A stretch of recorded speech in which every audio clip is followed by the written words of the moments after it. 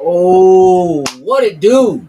Snackers, snackettes, snack X's. It's your boy Gage. I'm here with Jokes. I'm here with Sin. We got special guest Steve Dent in the building. Show a little love. So, You know what I'm saying? Yes. Look, What up, you Perp? are now officially tuned in to Tie 2 Tuesday on this illustrious, very special, full of twos days. And if you're from Baltimore, it's Tuesday. Oh, Tuesday. no, don't do that. Tuesday. Don't do that. No, let's not do that. Tuesday. That's like, I'm just showing love. like nails on a chalkboard. I'm just showing love. That's all. Doctor Who, what up? Perp, what up? Salute. How y'all feeling? You are now officially tuned in to Loading Snacks Weekly, where we get together once a week and we talk about things that are happening in pop culture. And today we're doing things a little bit differently. So, the guest we have on the show today is a longtime friend, Stephen Dent, who has an incredible track record when it comes to mixing, engineering, producing, all the above. He's also a great friend. Steve, today we're gonna get a little bit music geeky, if that's all right. I'm a music geek, man. My man. So one of the things about Loading Snacks is that this is a place for all things geek. And for us, a geek is a person who is into the minute details of anything, whatever that thing is. And so it is about whatever we deem geek, whether that's anime or Spider-Man or Trinity Knot ties or what's that behind you? Jokes? Oh, Charizard? Yeah. Pokemon's, Charizard, whatever it is. And music, though, happens to be a thing that all of us are geeky about. As a lot of you know, I did music for a very long time. I was a band geek, a snare drum, saxophone. Jokes, what'd you play? Play the trumpet. Trumpet, marching band. Sin, what'd you play? Clarinet, marching band. Yep, same here. That's it. We come from that line of people who were probably too cool to be in the band, but but not cool because we were in the band. If that makes sense, like I don't know how else to say that. So in my personal musical journey, I met Steve a long time ago. Through some very good friends. Steve, let's talk a little bit, man. Yeah. You reside currently. You're up north. You're in the Jersey area, New Jersey, yeah, just outside. right? I'm in the butt side of Staten Island, right outside That's of it. Staten Island. Okay. Staten Island, but when Staten Island pull his pants, I'm right there. That's Right. It's Straight a little up. small town called Perth Amboy. I'm familiar. Since this is Black History Month, it was the first. It was the place where the first black person ever voted was Perth Amboy. Oh, for real? Yes, now sir. I didn't know that. Yes. And I love to hear that. Okay. Look, Perk's amp. He's Yep. like, hey, Jersey. Yeah, Perth. hey, listen, don't overdo it, Perk. Tell me where you really from, though, Dent. I'm from DC. I'm born and raised in everywhere but Southwest and PG County. I mean, I lived in PG County, but everywhere but Southwest. So pretty much anywhere PG County, Glass Manor.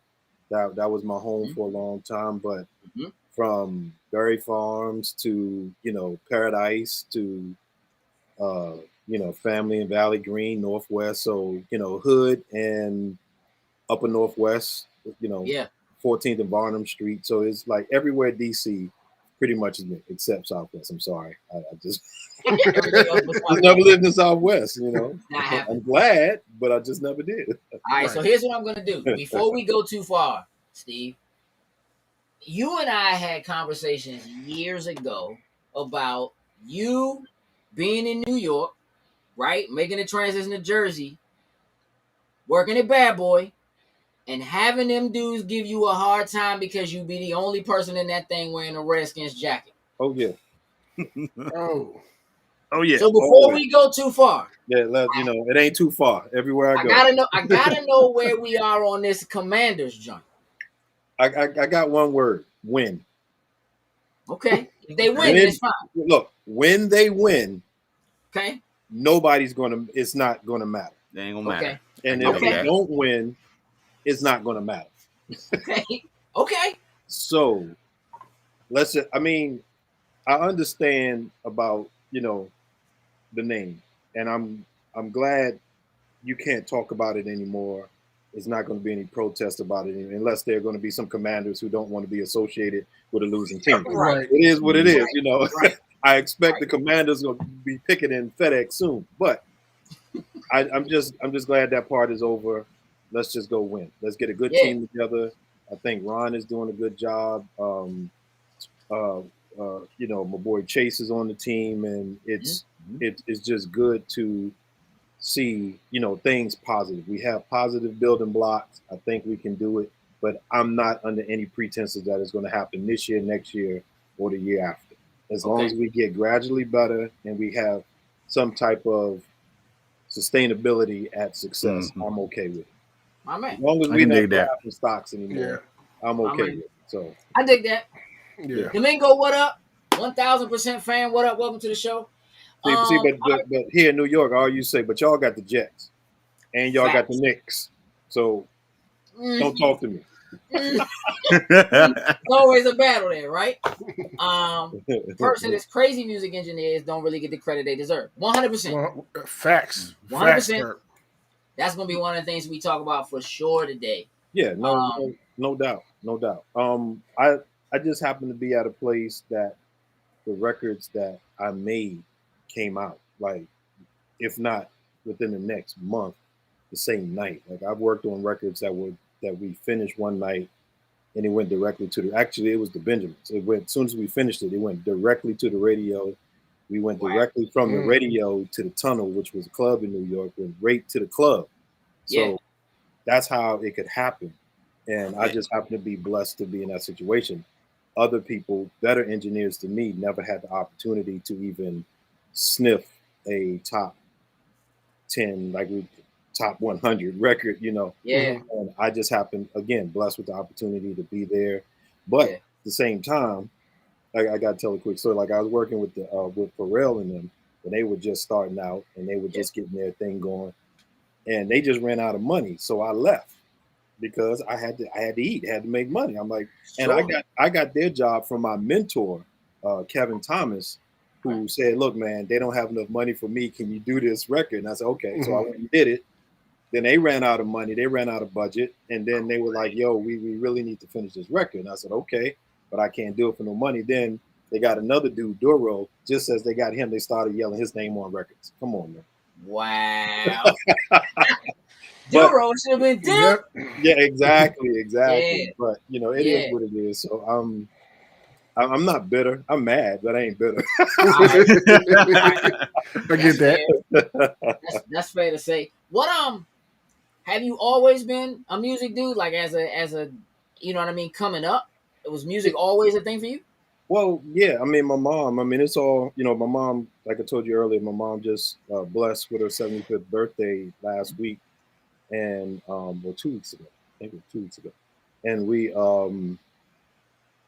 it was her. You know, while I was making a playlist for her party, I'm just thinking about all the records that she played during, at the house, and she played everything. She, it was a lot of gospel. She sang in a gospel choir at Matthews Memorial Baptist Church right there on Martin Luther King Avenue, right across from Berry Farms. Okay. And I got excited about music. And I remember it vividly. She was singing a certain song. It was an anniversary. And it turned out the lights and all the candles came on, and then they were singing. And I was like, okay, I know what I'm doing for the rest of my life. Wow. I'm gonna have to do something. Is gonna have to. Do you remember how old you were when that happened for you? I was probably in the 7th grade. I think I was in the 7th grade.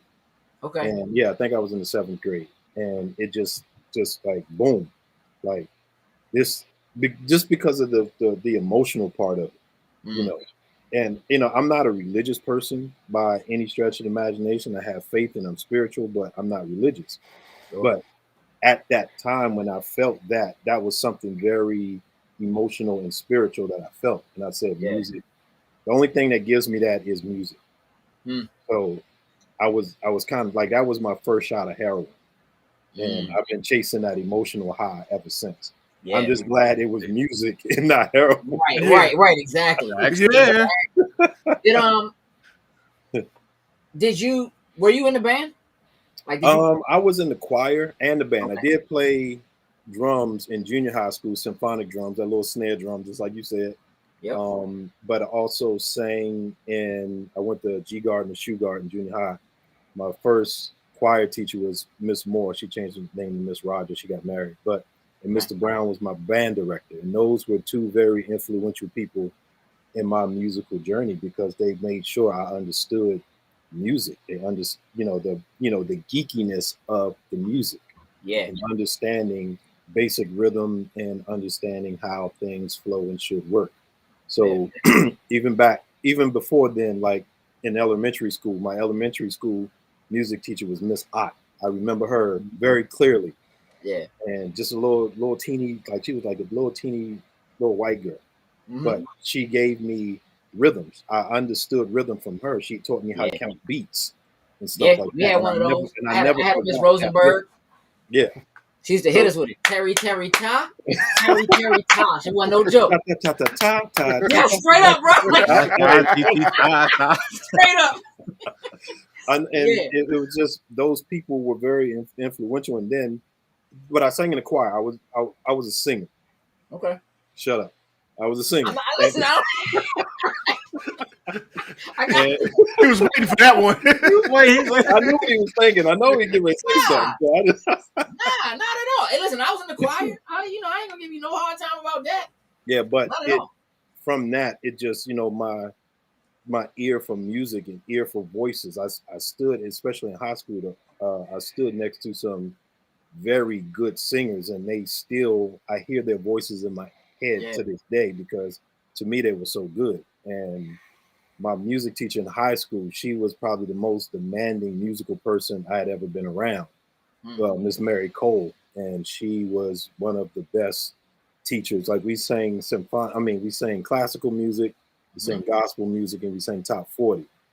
Michelle Cello, who y'all will know from being in Oxon Hill, she was in my band. She played bass in my top 40 band in high school. Okay, I didn't know that. Okay. Yeah, the year before that, we went to the prom together. But it was as brother and sister. We were the only two in our band that were not going to the prom. So everybody wanted us to go. So we ended up going together. And that always been my girl. Love her. Her brother Jacques, probably the best guitar player you ever heard. But anyway, wow. But it was just that being in that environment. Anthony Wellington. You can Google Anthony Wellington. He has bassology. He teaches all over the world people how to play the bass. He's Victor Wooten's bass player. So it's like I've been around very, very, very talented people almost all my life. And I can go deeper into family stuff with Marvin Gaye and stuff like that. But it's just I've always been around talent and never having the real talent like to be a singer or a player or anything myself. So I'm glad that we got machines that can help me. That can do that for you. Hey, that can make me do it as you see back there, When did it become like reality for you that you could do this as a career? As far as music, music period. The day I got my first drum machine. And I had a RX-21. Look at Darkman said I met Stacey Ladis on Iverson 91. Don't nobody believe you. Oh no. She was from Oxon Hill. She was from PG County. Yeah, I know she was around the way. Yeah, and my boy Kevin Jackson married her. So he had Night Flight Studios. If y'all know about Night Flight down there, we went to high school together. And in fact, my first recording session ever recording anything that was mine was done at Kevin Jackson's house. No, it wasn't even Night Flight. It was his bedroom. Oh yeah, okay. It was his bedroom, and we were bouncing. Check this out. We bounced Super VHS to Betamax. Nope. We were going back and forth, zero degradation. So it was when we got finished, it was clear, and it was absolutely stunning to me that we could do that. And then that was my first thought into wait a minute, recording. And later, I ended up being an engineer because one of the records I went to a bigger studio for, engineer told me that he couldn't EQ a snare the way I wanted him to EQ the snare. And and it was in not Falls Church, out there near Vienna. I forgot where, somewhere. It was just past Vienna. But anyway, I'm driving back home. I'm crying because he did not EQ my snare. It was personal to me. Wow. And I said, I'm going to go to school to replace that dude from my music. I ended up loving what I did, and I became an engineer. That's wow. I mean, that's just how I did it, because it got deeper than music to me. It got into, like you said, the geeky stuff. The geekiness of the music was the waveform, the actual waveform of a sound, not music, sound. How sound propagates through the air. You know, it's compression, and I mean, I'm into all of that, and I love understand. I love teaching. That's how I got back in. I mean, how I got into teaching, because again, I'm a geek. If I can talk about the way sound air propagates through air, I mean, sound propagates air, then it's like I'm in heaven. So let's do that. Let's talk about some of the history of what you've done. Let's go through some of your discography. Run me through some of your personal favorite tracks or albums that you've worked on. Well, I'm gonna start at home. One of my most favorite things being a part of was the Water Dance. Okay. My partner Marlon, I don't know if he's listening or he's on. Like he did the Water Dance, and we were all trying to figure out how to do it. We went to the Quonset, and we tried to record it live. It didn't work. Okay. So we brought it back to the house. He sampled the hot parts, put it in. Then we had DJ Flex come back in and re-record all the stuff. And when I heard it, I just looked at him and said, "Yo, this is a hit. Like, just period, it's a hit." Yeah. So it was done at a studio on Xenia Street in Southeast, so a small little house on a small street right off of South Capitol Street in Southeast DC. I lived up at the top, 501 Trenton, and we had a little label called Side Door Records because we entered his house through the side door. So we called it Side Door Records. And by the way, the initials were SD Steve Dent. I'm not going to say I did that, but I'm just going to say it was just worked. It just worked itself out. It just worked itself out there. What you want me to do? What you want me to do? Happy little accident. Anyway, that's all. But that was probably one of my favorites. And then after that, I mean, I'm gonna start. I got to go back home. I mean, it was working with E Nation, and I swear to God, that was probably some of the, because I felt a brotherhood, and I felt I understood what y'all were talking about and what y'all were about. If you want to go to major industry, being a part of Little Kim's album, Big's album, I was 50 Cent's one of 50 Cent's first engineers. Wow. Working with Nas for the first time. I mean, it's so many different things that I've done that that I would say was the best thing that I've done. You know what I mean? Yeah. And it's just hard to rate the experience. And most of the time, most of the things that I had a lot of enjoyment in were things that nobody would know what I'm talking about if I said it. Right. So, because there were songs that never made it to the mainstream because of whatever politics or whatever. Even like when I went back to the whole Pharrell thing with the Neptune, it was just working in that environment with him being so creative, and it was a song that they did with Donnell Jones. Me and Donnell Jones just kind of connected. Yeah, and we were in that moment. You know what I mean? Yeah. And it was like even working with Missy. Yeah, 1000% fam. He said you deserve your flowers. Straight up, 1000% fam said you deserve your flowers. That's what's up. Working with Missy before she was Missy. You know what I'm saying? And understanding how she was so creative. And I mean, the way you see her, she was always that. Yeah. You know what I mean? Yeah, back when she was like with Sister.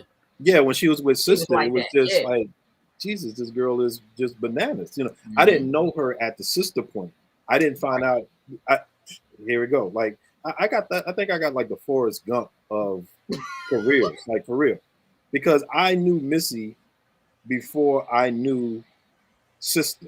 Before I knew she had turned. She would. Oh, it's just crazy the way things just worked out because I ended up going to Rochester, New York, and living in Rochester, working at a studio called Dejalon Recording. Okay. And like they brought me up to be the manager and some other stuff, but it didn't work out. But anyway, production team I was working with up there, they're still my brothers to this day. But I worked with Devontae. Devontae kept coming back, and they were up there. I did the Drew Hill first album, two or three songs on Drew Hill's first album up there, and then once I met where that whole thing took place, the whole Jodeci, Devontae, Genuine, and Genuine, Von and Dwayne, like they're like my cousins, right? And that was their best friend. Right. Like Elgin. Right. I didn't know him like Genuine. Genuine, you know him as Elgin. I didn't even know that. Like when I saw I remember my mother said, "Why is Elgin on TV? What is he doing? Why is he looking like she had the ugly look on her face? Like why is he doing that on TV? And they kept saying Genuine. I'm like, I don't know who Genuine. I said Elgin, man. Oh. That's one of them lumpkin boys. Right. Hey, Dark Iceman is asking, who's your favorite artist you've worked with? Are you allowed to say? I mean, that's what I was thinking. It's too many. I can't say who. Yeah, when you go through having worked with Big, having worked with Nas, having worked with Jay. Mm-hmm. Right. It's 50. Right. I can't. I mean, it's just so. I mean, I caught a lot of people at the beginning of their careers when they were early, yeah. Which they were different people than what you see now. Sure. So it was a different experience for me to see a lot of people, and they were not, the big people. Like even like Jay-Z wasn't Jay-Z. Right. You know what I'm saying?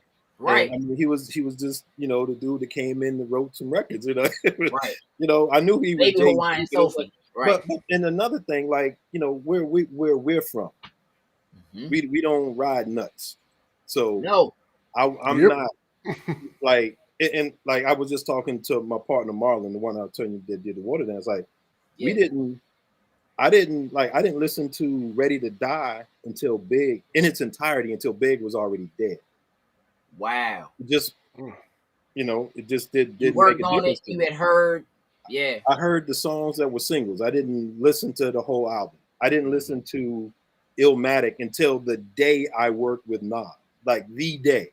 Wow. I didn't listen to whatever Jay-Z's first one was, and then even the Blueprint until the day. No. I'm not gonna say that. I did work with Jay-Z. Like Dead Presidents. Yeah, I never heard Reasonable Doubt. Reasonable Doubt. Like you did none of that. I never listened to it in its entirety. Oops, my lights fell. Sorry. It's all good. Good catch. Spider-Man reflexes. Yeah. So I didn't listen to a lot of that stuff until I had to, because it just wasn't. It didn't make a difference to me. Like it was. You were just working and doing music. Doing your thing. You were doing your thing. Because, like I said, the people that I worked with in high school had so much talent that, man, you just rap it. Right. You know what I mean? Right. And not to be disrespectful, it's just like that's how. And then we all knew. Like I worked with Chuck Brown. Not work with Chuck Brown, but that's Pops. You know what I'm saying? Like I could call them. I called them Pops. And I DJ'd at Crystal Skate for a while. Yeah, they would do. That's the truth right there. Yeah, they would come up and do shows, and I would see Pop. And he said, "Man," I say, "Hey, Mr. Brown," he said, "Call me Pops," and he's been Pops. That's what it is. And it's like, so when you meet Chuck Brown, what? Like I didn't care who anybody else was. It didn't. And it's probably why people don't like me, because I didn't really cater to their egos and stuff like that. I just said, okay, let's get ready to work. Let's go. I was the only time, and I got to tell myself, Only time I was, well, I'm gonna say twice. Angela Winbush was one. Like when I met Angela Winbush, I was just, That's I fair. was like, like, and then she kissed me on my cheek, so I was done. Oh yeah, I was just shut it down. Go home. Blubbering idiot. We got to do work. She kissed me right there on my cheek. When the first time I worked with New Edition. Now you've been to Daddy's house. You know how the hallways turn to try when you get down there. When you first come in, it's got that. We had cameras, so they got off the elevator. I'm like, Robbie, Ricky, because, and this is the thing, because my sister is a New Edition fanatic. They were always on my wall. Yeah. Every girl I ever dated or wanted to date was a New Edition group. Sure. And when I went to people's houses and when I went to their houses and I saw a picture with them hugging one of them, like backstage, I walked out. That was a relationship killer because I already knew what happened. Right. It's over. And the fact that I was able to tell them that. I said, y'all killed my relationship. Like, what you talking about? Because I would go over these girls' houses and I would see the pictures with you in the backstage. I walked out. They just cracked up. But by the time they got down that hallway, they opened that door. I said, hey, I'm Steve. The first time I was their assistant. I said, hey, I'm your assistant. Follow me to this, y'all in the studio. Hey, I was over. I geeked out for like 20 seconds. And that was you got it out your system. Yeah, I got out of my system. I'm cool. Yeah. So Domingo's asking, and listen, I want you to know. So Domingo he does like our music and stuff in the background. He's the one who did the track that you heard in during the intro. Oh, I was in here rocking with him too. Yeah, my man. Listen, my man got joints. He got joints. Yeah, and we know a lot of people with some joints. He got joints. He's asking, being from DC, because he is. How do you defend when people say there's no talent in DC? They ain't looking. Which is absurd. They ain't looking. They ain't looking. They're not trying to find talent in DC. That's just the bottom line. They don't want to find talent. First of all, and because I knew Heavy. I know Heavy. Heavy was my man. Right. Dougie Fresh is my man. Yeah. And both of them told me they would go to DC just to steal ideas. I believe it. I mean, Herbie loved everything. If you listen to what Herbie did, most of Herbie Love Bug stuff had a go-go vibe to it. Yep. So, and they all got embarrassed when they came down here and they thought that they could headline a show without a go-go band. Sentence. So, I mean, look, I knew a lot of, there was some of the boys, like Heavy D and the boys, like his dancers, they was from here. Like they was dancers, like they went to Suitland. Yeah. You know what I mean? Like they was from here. Yeah, Greg, what's his name? God, Greg's brother was one of the dancers. Yeah. Greg Baker, G Baker, his brother. I think his brother was one of the dancers. I think he even danced for him for a minute. But there's talent. I think DC is probably one of the most talented areas in the nation, just because we have such a diverse sound. Because when I went to school at Omega, the first music I did was thrash rock, or it was kind of like a precursor to metal, or some type of thrash rock. And then we did country, we did gospel, we did live choirs, we did live sound. If you had any talent and you played an instrument, you were in a live band somewhere. Or you were a singer somewhere. So I was used to having really, really good talent. Period. Like this, I can't say enough about it. So when I got to New York, it wasn't such a big thing that, oh, you're working with so-and-so. Now, there were great voices. Kelly Price, Faith Evans. There was a girl named Puff Johnson. I think she passed away from cancer. She was one of the best pure voices I ever heard in my life. But in my head, I heard Lori Williams, Del Marie Hines, and Kim Bergen. Those are the three voices I hear in my head. I can't get those voices because I stood next to them in choir. Right. You know what I mean? It doesn't compare. They sang alto and soprano. So I knew what they were, and those things stay with me in, all of my career. So when I work on voices, I put them in a category. Is that Kim? Is that Lori? Or is that Gail? Their names are your categories. Yeah. Right, exactly. Yeah. Dig it. Did as an engineer, right? like when you start really getting into the geeky side of things, right? Like you said, like, and it was the same thing for me when I first started really like dealing in Pro Tools and actually looking at waves and looking at sounds and being able to identify like where a hiccup was in something because I could look at the wave and see, right? Has your skill, time, and talent as an engineer ruined other things for you? When I say that, see, there it is. See, so when I say that, like, can you go to a movie theater and watch a movie without hearing something and being like, either like having to diagnose it to pieces or like it's too much? The only thing I listen to, the only thing I can listen to, honestly listen to, it's probably two things. Some old James Cleveland gospel I can listen to and won't care about anything technical. And John Coltrane. Those are the only two things that I can listen to and not think technically. Where the only thing that I feel, I only feel. I don't think. I just feel. Everything else, I got to know what was the microphone, how far were they from? Did they have a pop filter? Was it a stocking? Was it metal? Did they have an air filter on it? Like what was the ratio?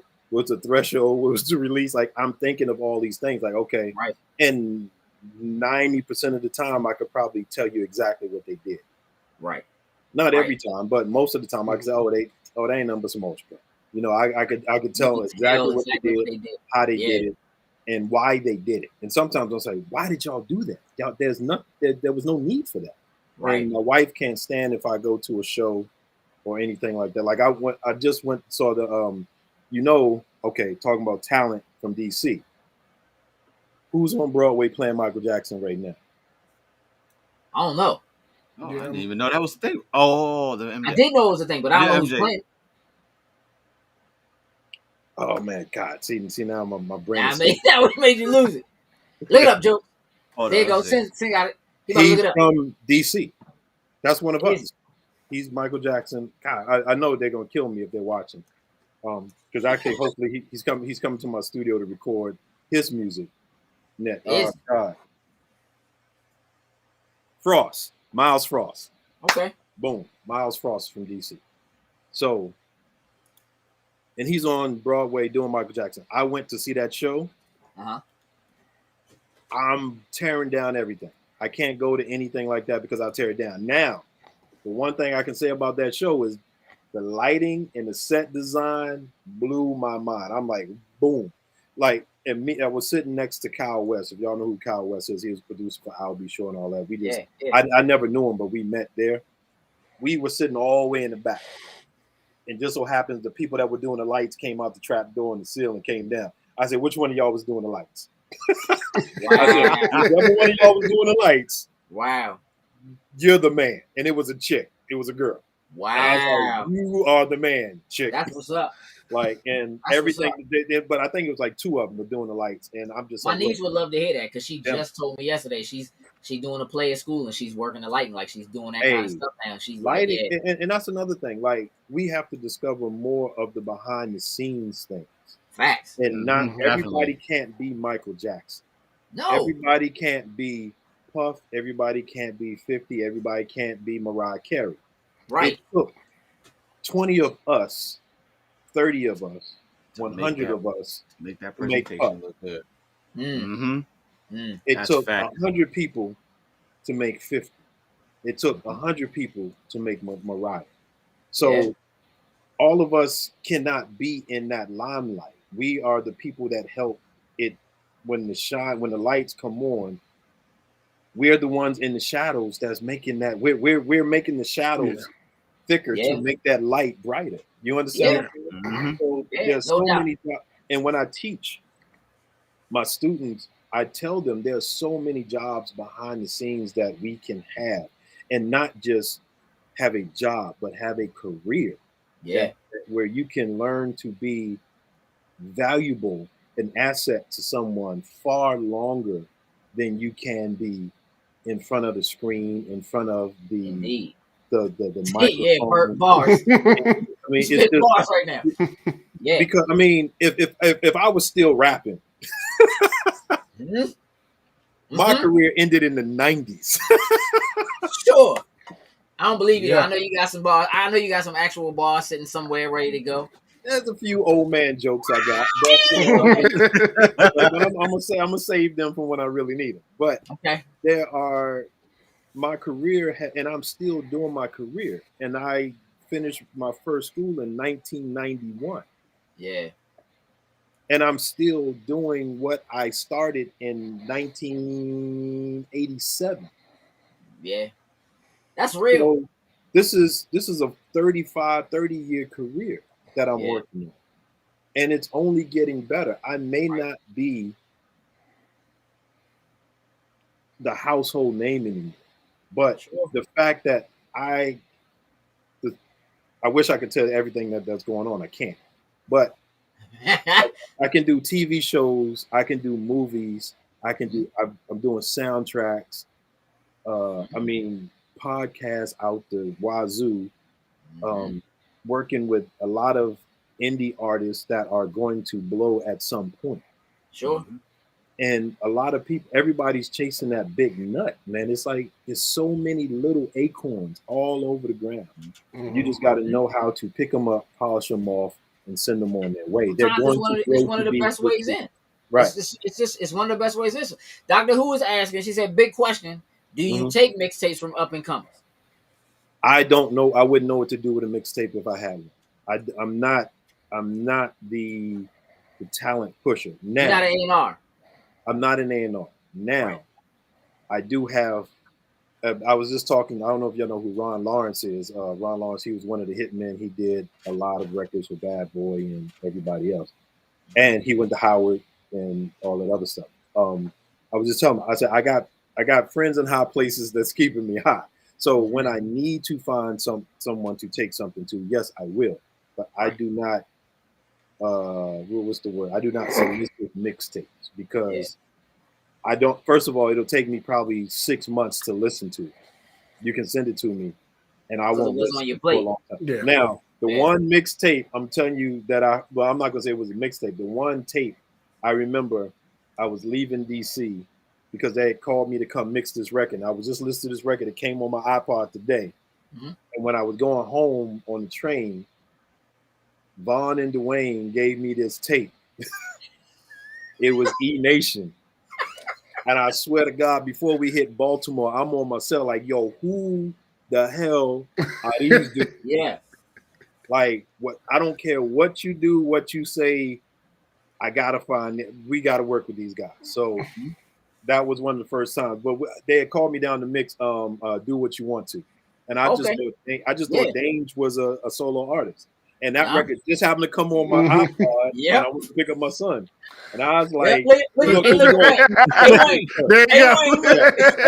hit Baltimore, I'm like, yo, man, we go do like this because it was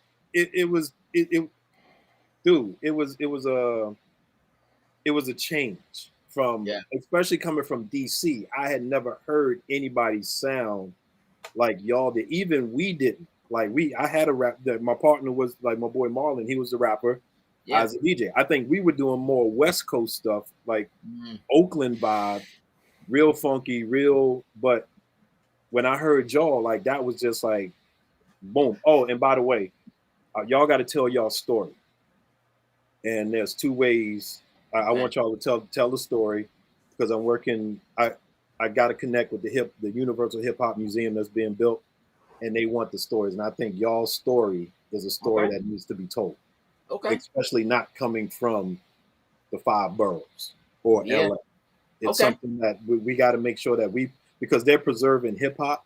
The Universal Hip Hop Museum is really, they're worldwide trying to preserve hip hop. They're procuring everything hip hop, pictures, songs, videos. And I want y'all to sit down and actually tell your story. Not with me, I mean, y'all tell y'all story. Yeah. And it'll be in a museum at some point, somewhere, somehow. Not knowing, it could be 20 years from now when they decide to play it. but it will be in the hip hop museum. And I That's just what's think up. because your story, y'all's story, is amazing to me, and I appreciate that. I was just blessed to be a Wow. part of it. And You just let me know what you need me to do. sit Where down you in front need of me to send something or whatever. no, just You sit know, down I in front got of all. archives and stuff. It's Yeah. funny because they hit me all the time. Like, we know you got it. Like, I got archives. I got stuff sitting on drives. Dude, I got all the music sitting right back here. You have to. I know got you all do. the I music got a right bunch of here. stuff sitting here as well. It's on my iPod, and it plays what's in heavy funny, rotation. I was listening to you talk about, like, yeah, we recorded this joint. You know, it was a little house studio or whatever. And I'm like, I'm pretty sure the first time you came through, like, where y'all recording this? It was like, oh, in this cardboard box down this joint. Hey, Hey, hold up. It You gotta have, if you have pictures of that cardboard box, I'm Like, pretty that's sure. gotta I'm be pretty it. sure. Yeah. that pretty is sure. amazing. Yeah. 2 carrot boxes from Costco, bro. Cut them in half, put them on top of each other, cut a window out, hung a fan in the joint, stuck a mic through the joint, put a blanket over the back, and went to town, bro. Legendary. He was Legendary. hungry. That was You know what I mean? when I went there. When the first time I went down the basement, I'm like, these mama got me down. Down in this unfinished basement. But right. I was 1,000% impressed. Yeah. 1,000%. Yeah. Anyway, all right. So I appreciate that. I really do, man. That's what's up, man. We definitely we'll talk. Like, we'll talk. yeah, We'll get some definitely. stuff I'm together. sorry. It's just I'm here. This is my first time talking to you in a long time. Yeah. So you know, all It's this been is too long. and it's a lot of stuff. You know that. Yeah, anyway, it's. I want to say I saw a little bit further back and saying maybe you could pop it up. I saw Ellis say something about working in the background. Mm-hmm. And you know how side of behind the scenes can be where Lifetime Filming comes from. Ellis is an incredible social media marketer. Mm-hmm. He knows like what that is to kind of be in the background and sort of be unsung. Like the front end maybe doesn't know. I've known Ellis for a long time. Ellis was around in them early E Nation days. Like I've known Ellis a long time. He's really good people. And you know, I told you before we got into the show that I talk on here a lot of times about not just from music, but even from like a movie perspective, that a lot of times your favorite artists, like you have no idea what they actually sound like, right? What you know is what the engineer does to them before you get it, right? And I kind of want to talk a little bit about that. Not to like, I don't want to put anybody on blast or anything like that, but I do kind of want to know, what is it that your ear, like, what is it that you feel like you do, right? That a lot of people just would not really ever understand what it is that you do as an engineer to the final product they get on radio or get on their album. Everything. And you're right, but like, I mean, I've worked with producers who got paid hundreds of thousands, if not millions, for bits and pieces of music that they just brought in and had a file from whatever. And I helped them put that together, and it ended up being a #1 record. Now, one part, I should have gotten production credits on that. Didn't think, because it was my job as an engineer to make sure that the session goes through. Right. Early in the business, didn't understand it. And the business the industry is set up so that you can be taken advantage of if you don't know the business. So know the business before you get into the industry. That's a whole nother lesson. That's from my music business. But you do teach music business. Call me. Yeah. So it could be from just producers, and sometimes it's just like a producer playing a loop. It's just a loop, straight loop. Right. And there is no format to it. So I could add an intro by muting things out, and I can add a verse by bringing up something in, and I can add a chorus by adding everything, and then do drops and do things like that. So it's, what's up, Heather?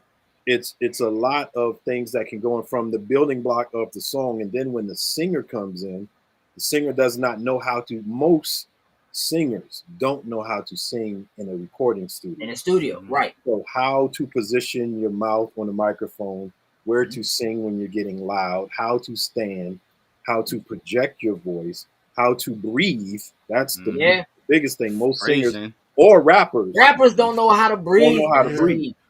They don't know how to breathe. Gotta do that phrasing the right way. And I've Yeah. had the top 10 records. I've had to say, no, take these words out because you're saying too much. Bruh, all the time. Okay, yeah.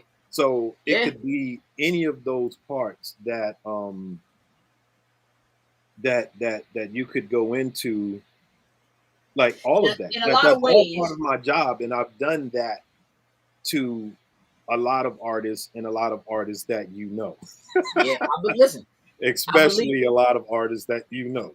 It's a lot like being a director, right? Like on film. Yeah. Do it this way. Let's catch it from this side. Stand here, right? And then making adjustments. But in film, that is clearly defined. Right.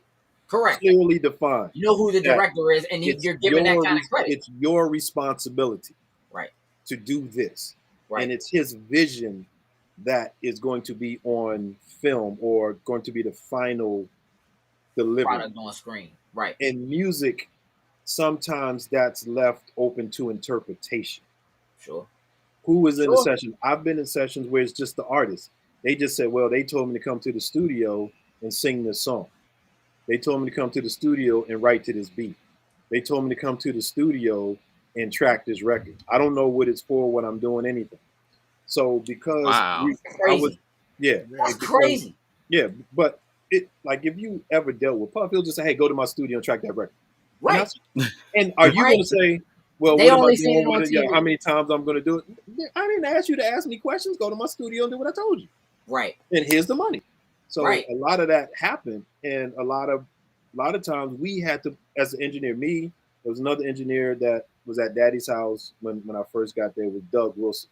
And me and Doug Wilson, we got so to the point where we were battling each other so much, we didn't realize that we did all of these records. Like, we had no clue. Like, when we look back, it was like, wait a minute, we did what? And then when we left Bad Boy, we did the same thing with the Track Masters. We both were working with the Track Masters. That's when like 50, Nas, Slick Rick, the group Blaque, when they first came out. There was what we did, Mariah Carey. We did like 180 records in a 3-month period. Oof. Bruh. And we had no idea that we did 180 something records. Yeah. And then we look back, and then that next year, all of these albums came out, and we just and again, like at Daddy's house, we would just battle each other. Like he ran the A room, he was in the big room, right? He had the Neve VR 60. I was in the B room, which to me was the best room in the city, and it had the SSL 4000G, and I would go in his room, I would hear what he did, go to my room and try to do that. I didn't know he was doing the same thing to me. Like, we didn't have this conversation until one day we met on the train, and we just had the conversation. And he said, "No, I was coming to your room, and I heard what you was doing." I was like, I had to go back over here and try to go back this room and try to do what I was doing. I dig that. Yeah, we got so we were just battling each other so much that it was irrelevant who we were working on, what we were doing. It's just, as long as it was better than him, right, I was okay. And which is, again, it's one of those things. That's what I was trying to. And the catalyst to my growth was Doug Wilson. I just wanted to be better than him, and I knew and honestly, I knew I could never be better than him. But guess what he said? He said the same thing. Same thing about you. Healthy competition. Yeah, my God. That's real. Doctor Who is asking, do you mentor young engineers? Always. Yeah. Always. The one thing my mentor. All right, I'm from a lineage. It was myself and Duro. We were mentored by Kevin Thomas. Yeah. Kevin Thomas was mentored by Prince Charles Alexander. Prince Charles Alexander and Jimmy Douglas were mentored by Ron Banks. So that's our lineage. And I don't know if there's some other people that they all work with, but those are the ones that I count. Right. And the best day of my career ever was when I was at the AES convention, and this little guy came up to me and said, "Stephen Dent," and I didn't know he knew me. My tag was turned around backwards. He said, How you doing? I'm Ron Banks, man. You're doing a great job. I had no idea who he was. Wow. I had never met him before, But he and knew you. he knew everything that I had done, Wow. and it just blew my mind. And I just sat there and I think we talked for like 2 hours, and it was one of the best things. So, but with Kevin Thomas, before he took me under his wing, he said, "Whatever I show you, you got to show other people." He said, "Each one teach one." That's real. Mm-hmm. And that started me on my teaching thing. And then even with Clubhouse, like when Clubhouse came out and started, I didn't know that I probably was a year late to Clubhouse. But anyway, I get on the forum sometimes, and when people ask questions, I feel I have to educate. Obligated. Yeah. I have to. And in the courses that I have, like all my old students that I taught at Institute of Audio Research, they all call me, "Yo, Mr. Dent, how do I do this?" Even I'm not going to put him out there. I don't know if he's listening, but an engineer yesterday was in a session and he did what I used to do to Prince Charles. Like I would be in a session, and especially when Pro Tools first started, I didn't know it really. I just knew how to turn it on, and this is how I still type today. So I was I'm not good at typing, but I would go, yo, Chuck, man, how do I do this on Pro Tools? I would go to the bathroom, like something happens. Yeah, I'll be right back. I go to the bathroom. I'm on the phone. Hey, and my boy did that to me yesterday. He go, "Hey, Steve, how do I, I'm trying to do this, and how did you tell me to do that again?" And that's what I'm here for. That's I love that. I love that. To this day, I would be nowhere without Prince Charles.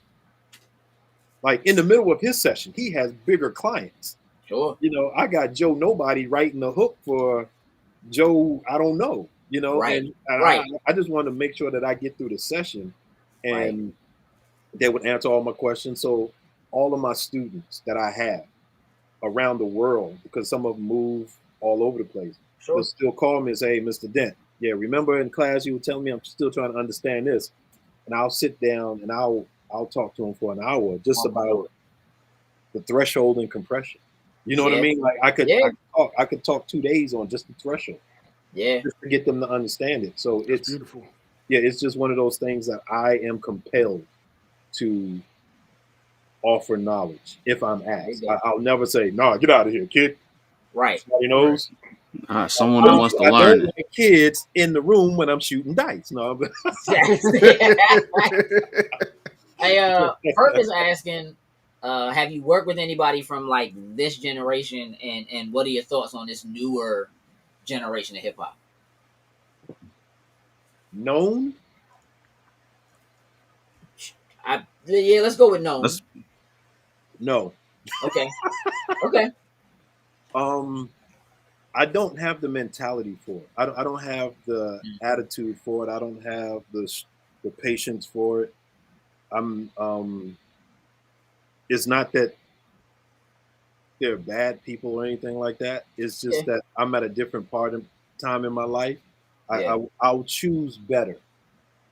I'll choose better for me, meaning, something that's going to get me home at a decent hour, something that I won't come home smelling like the black hole. Yeah. Y'all know what the black hole. Yes. Oh yeah. Yes. So if I don't, black hole, I used to leave Daddy's house smelling like the black hole.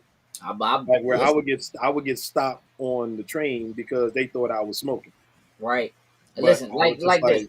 Tell me about this picture right here. Oh, my man was locked and loaded. I love it. Was locked and loaded. You working, bro. They taking pictures. You working, bro. My man working. First of all, Conrad Harv. I don't really know Common that well. D-Dot, Busta, Slam, and Puff. That's my crew right there, for real. Yeah. But look, my focus was always the music. You was in the music. Yeah. My focus. He's locked in. Again, where am I from? I'm not trying to get caught up in all that. And the one regret I do have is I didn't take enough pictures with people. But because of Pro Tools, there was no rewinding the tape. Right. So what we used to do when we was rewinding the tape, that's when we could make all of our adjustments while the tape was, going back. Pro Tools, you stop and start.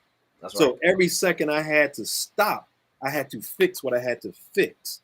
So it was about being professional. It was about making my life easier. My life being in the picture was not going to make my life easier because when it you're was work to working, be done, especially with Puff, it was, yo, I need this. No, go back to the third take when I sneezed 2 minutes before I did the verse. Like he and if you don't understand how detailed that man was when it came to music, or is. Well, I don't work with him much as far as now, so I don't know if he still got it. But he knew what tape worked. He knew what he wanted, and he would tell you exactly which one to go get. And Lord have mercy, how many times did I delete vocals? Especially in the beginning of Pro Tools, when if you clicked on destructive record, you just blew yourself. I didn't know. Like we didn't know. Like and I erased the whole thing. He'd go, yo, no, the one, remember when I came back from the bathroom? Give me that second part that I did. That's gone. That's gone. And and the only thing you can do, like my son gives me this look now when I catch him, there you go.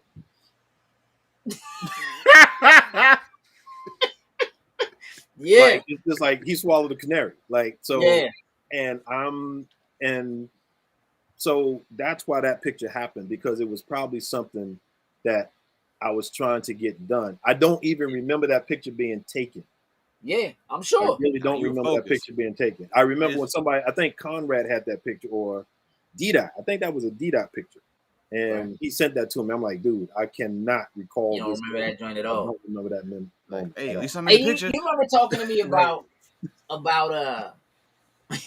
so the last time I came to Daddy's house, I came with my two oldest daughters and my younger cousin, who now is like, he's a musician now. I'm actually going to show something he's working on later today. I really do believe that trip was like a major thing for him, right? Like we went, but when we went, Puff had a bed in the booth. All right, so listen. Puff had a bed inside the studio, in the recording booth, like a king size bed. It was a full size. Okay. Listen, bro, because I remember listening to the stories about like everybody else just sleeping. I seen pictures sleeping on the floor, sleeping on couches or whatever, because he's sleeping in the bed. And when he got up and was ready to go, everybody else y'all just had to be ready to go, whatever time it was. All right. For the record, I was managing the studio at the time. He was on the deadline to finish the album that we started 2 years ago. Just want to put that out there. Probably 3 years ago. I can't remember when this actually happened. Because, dude, if I told that whole story, it's a movie by itself.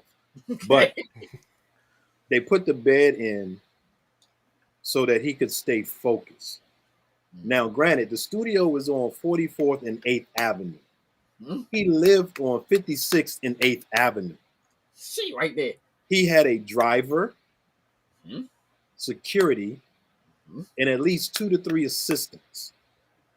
So they put all of this stuff in the room. Yeah, they put and I had the answer before they even started, but yet they wanted to put it in the room. So I didn't say nothing. You know, it's not mine. You know, it's yours, bro. Right. So yeah, it was No Way Out there. I just saw that question. No Way Out. So but it was actually called Last Train to Paris at first. No, not No Way Out. It wasn't No Way Out. It was the one, the Dirty Money album, whatever that one was. The Diddy Dirty Money album. Yeah. Was it that one? Or was it PE? Nah, it had to be because it was Dirty Money. It was Dirty Money. Yeah, because No Way Out was right. No Way Out was way back. So they were going and they were putting all the stuff in. They put the bed, they put a telephone, they put a refrigerator, they had a coffee pot, and they had a meditation bowl. Now this was in the live room where the microphone was set. Where the microphone is. Inside, this is inside the booth. Like, yeah. So when they were setting everything up, they and all of the assistants, the general assistant, his personal assistants, they were all happy. Oh, look at what we set up. We set this great thing up, And I just, and you know my Dent voice. My Dent voice. When you hear my Dent voice, you know the movie. You know Dent. Up, right? So I looked at all of them. They were just so happy with themselves. I said, okay, Oh, that's right. B said it was a press play album. It was press play. Press play, right? Because it was like, but it was called Last Train to Paris at first. Okay. But was it press play? No, it was Who's press there, play. B? You're right. No, you're right. The next one was the other. Because, as a matter of fact, the picture that I have in the studio of the kids is them in front of the press play image from inside the back room. Yeah. So I just sat there and I said, "So where are y'all going to sleep?" And all of them they went boom. They didn't think about that. Like they set this man up so that he can sleep and work, get up and work. And I said, "So where y'all going to sleep?" And like you said, you saw pictures of them sleeping on the floor, sleeping on couches, sleeping everywhere. I'm like, did y'all ever think that he's right up the street? Just take him home. Okay, so now his engineer at the time was one of my guys, Vic, who was from Texas, and he came up with my god brother Jamal. I taught him how to be an engineer, double major from Duke, so he was just doing it just because he wanted to do it. He was one of the smartest people I ever knew, but just one day I caught him. So, and we got this $10,000 mic. There's a Bronner VMA that Puff heard Snoop using off of YouTube and knew it was the best mic in the world. I called him crazy until we got the mic, and I said, "Yo, how did you hear that?" And that's why I don't ever sleep on that man's ears. Right. So he was doing it, and all of a sudden, I'm in my office. They keep coming in like, "Yo, we hear this buzzing sound. It's all this noise going on." So I walk in, and I'm listening. By the time I got there, they said, "Oh, it stopped. It's gone." I already knew what it was. So then I just waited a little while, and I walked back to my office. I feel like I'm watching Drink Dance right now without the drink. No. Hey, we can go get drinks. I got a drink. What you mean? So I always got a drink on deck. All right, drink up another round. So I'm sitting there. I go back to my office and I'm doing just paperwork. And then they said, "Oh, it's coming again. Yeah, we bought this $10,000 mic. We got to take it back. Tell them it's garbage, whatever." I said, "Did y'all ever think that putting a refrigerator in a live room was going to work?" As soon as you said refrigerator, I was like, wait a minute. Yeah, all that stuff, like, this is just not sounding right. Because when I walked in the room, pull a compressor has, bro. Right. When I walked in the room and they said, "Oh, it stopped," that's when I looked and I just shook my head and I walked out of the room. Oh, that's gold. I just like I said, I'm gonna wait till it come back on, but it didn't come back on for a while, so I went back to my office. And then as soon as I left, as soon as I sat down, "Oh, there it go again. And I just said, did y'all ever think that putting a refrigerator in the live room was a good idea? Now they had a meditation bowl, so if you listen to some of the records, you can hear the echo of the meditation bowl on there, because there's no way you can EQ that frequency all the way out without his voice sounding crazy. Yeah. So it's a meditation bowl, man. It's a bowl. It's got sound out, and that's the whole point. Give me the knife. I want the knife. I know. I said, dude, what part of audio do y'all not understand? And none of them could understand it because that wasn't their job. Their job was to please the man. They would do, and again, we were all under pressure. They were doing what they thought was best, but I always tell them, just ask me. I can tell you what will work. The refrigerator didn't need to be there. It could have been right out in the hallway. Too many variables. You add in all these extra variables for no reason. That I got movies on that. I was just getting ready to ask about movies because you told me earlier. I can't remember what movie we were talking about, but you told me it was in like your top 100. Don't Look Up. Don't Look Up. But you said that made it to your top 20. Whatever it was I mentioned before that, you said was in your top 100. Yeah. No, we're talking about Fight Club. Fight Club. Yeah. How picky are you about your home theater system? I used to be anal retentive about it. Okay. Meaning I had wires running under the rug when they came to put new carpet, because at first I had them running around the room. I had surround everywhere. Had the big Yamaha 6 point something. Back then it was only 6 point something, and I had all the speakers. Like now, when I'm at home listening, looking at, I don't care. We got a sound bar, right? You know, some of them sound bars though. Yeah, no, the Blaque. one we got is Incredible. pretty nice. Yeah. And it got satellites, with Bluetooth satellites and Yeah. no wires, because the wires are still going under my carpet. I just Right. don't have those speakers there. Right. And it's not that important to me anymore. Right. I mean, especially with the soundbar. And then even without that, the TVs are so dynamic with the sound, and they have so much surround capabilities that sometimes I just listen regularly. Well, I mean, I don't. When I'm downstairs, I like to put the sound bar on because I like that. Even when I'm watching football, I like that sound. You want to hear that? Right. Mm-hmm. Do you pick apart from an EQ standpoint? Do you pick apart like the music you hear in movies? Everything. I pick apart everything because I do voiceovers. Mm-hmm. I do audio sweetening. I do audio post. I do all of these things. Yeah. So my wife hates it because I'm like, why did they? He's not even in the hallway anymore. The door is shut, and they still got him sounding like he's in the hallway. Like it's just, just turn your brain off. I can't. I don't know how. You stop. You can't. I can't. You can't. So it's just like it. When things don't sound right, I get pissed. I absolutely get pissed. Like I won't watch the beat. Well, I'm not even gonna say that. I won't watch certain award shows because when I used to work for that company, they never let me do that show. And it always sounded like garbage. You can say, I'll say it. Caliente garbacho. Like it was just hot garbage. It was just terrible, and I can't watch it because I remember doing. I'm like, yo, let me just do that. Yeah, and they never let me do it. So I said, you know what? That's fine. I'll never listen to it again. So I don't complain.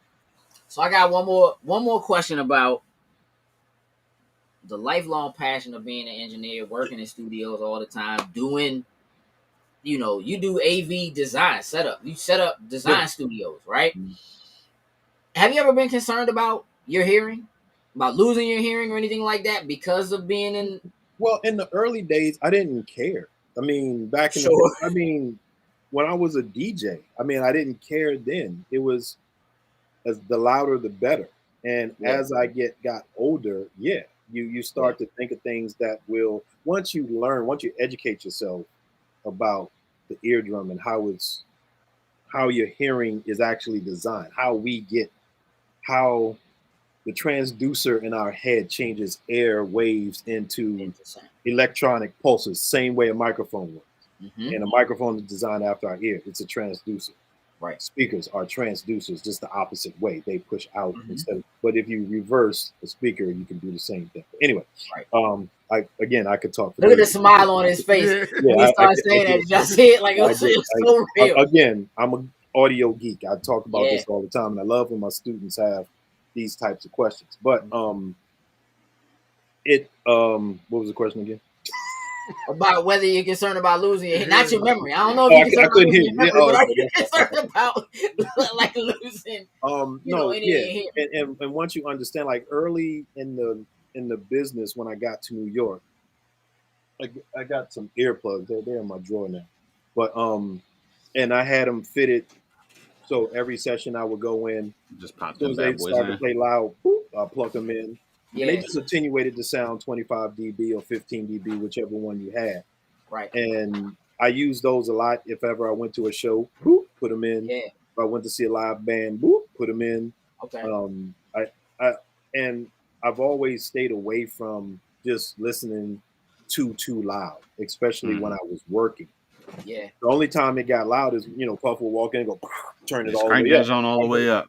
And I'm scrambling to get these things out of the house, put them in my ear, So, right. And it's not like being a hand model. Like you can't get a separate insurance policy just for your ears because of the kind of work you do. You probably should be able to do that, but I never even looked into it. Yeah. But I mean, from the time I was listening to the Walkman, Run DMC at bleeding levels. Sure. I mean, the levels of hearing loss I have, it's probably a lot from that point to now. From that, but I've adjusted my listening habits early in the game, probably 20 years ago, to where that I don't need to hear anything loud. If I'm driving in my car, I want it pumping. When I'm listening, I want it pumping. but nothing in my car is going to damage my ears. Right. And when I listen to headphones, like I have headphones all over the place. And when I'm working, sometimes I'm mixing when I'm going to the city on the train. I don't have to listen too loud because I can hear it. You can hear you can hear what it is you wanna. Right. Even in the studio, like if you see, like all I got is these little small speakers. Generally, thank you, DJ Dynamite. I stole his speakers, but it's okay. And even before them, I had these little iLoud speakers from IK Media. So I used to have these big speakers, but to me, they took up too much room and they got too loud. So I don't need them. I listen at low levels because I understand what it's going to sound like when it's loud. Yeah. The one thing I teach about is having translation, understanding what something is going to translate into.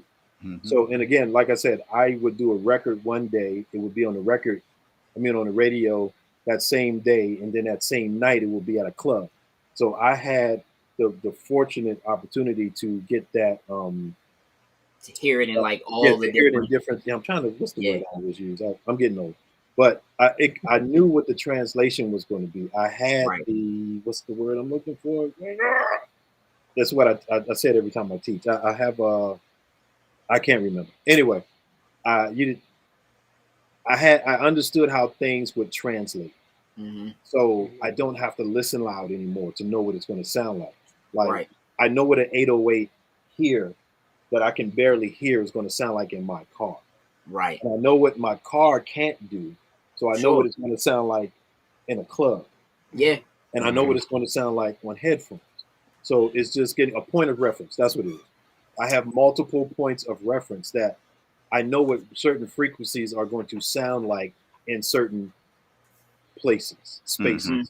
So that's how I mix. I mix for the translation to multiple places, not just for what it sounds. I don't care if it sounds great here.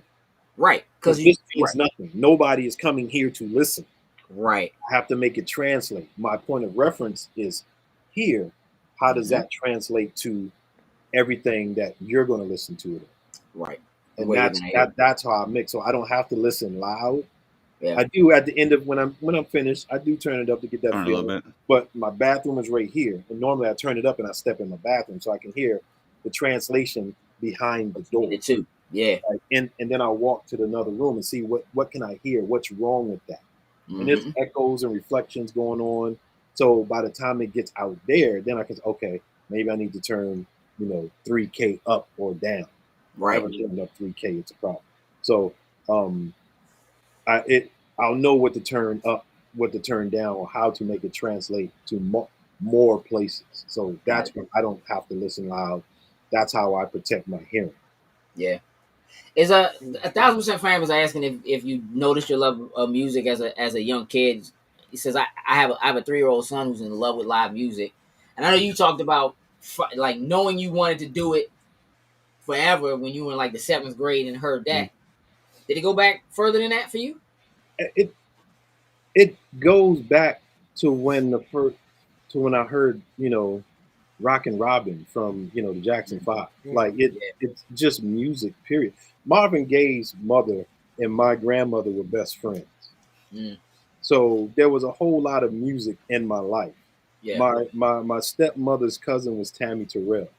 Mm-hmm. So it's like a lot of good music was in my personal life. So I was always around good music or hearing it. My cousins like rock and roll. We like go-go. We, my mom liked gospel and all the old soul records. So music has always been played in and around me, period. Yeah. Multiple types of music in multiple locations. So I've always had that musical vibe. It's part of who you are. I wanted to play football. I wanted to be wide receivers. I wanted to be Charlie Taylor, Art Monk. That's what I wanted to be. Right. Kirsten say, "You're not good enough, son." No. So, that kind of like jump-started my music career. I was like, okay, let me do this. I'll go do something different. I will do something different. Thank you very much, sir. Yeah. But and trust me, I had the opportunity to thank him. Thank you. Yeah. For setting me on the right path because I now have a career. Now, I could have been in football, but I would have been a coach, not. But anyway, the long story. You can still coach. You coach people all the time. That's what you do when you're teaching, when you're educating people. in music, you still coaching. You know what I mean? Like it's not football, but it's you You still can be a coaching. good coach of football. Yeah, No, absolutely. I know the game. Oh, let me stop. See, There you go. I get too There you deep. go.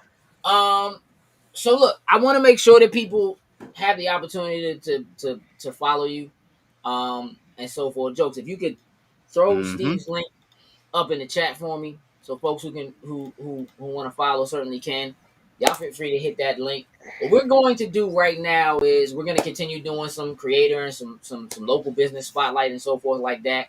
Continue to kind of push to Black creators as we round out these shows for Black History Month. So what I want to start with. Can I say one more thing? Oh yeah, absolutely. Black History Month. Force Indy. Look them up. Instagram. Force Indy race team. They were the first Black IndyCar team to ever win an IndyCar race in New Jersey last year in August.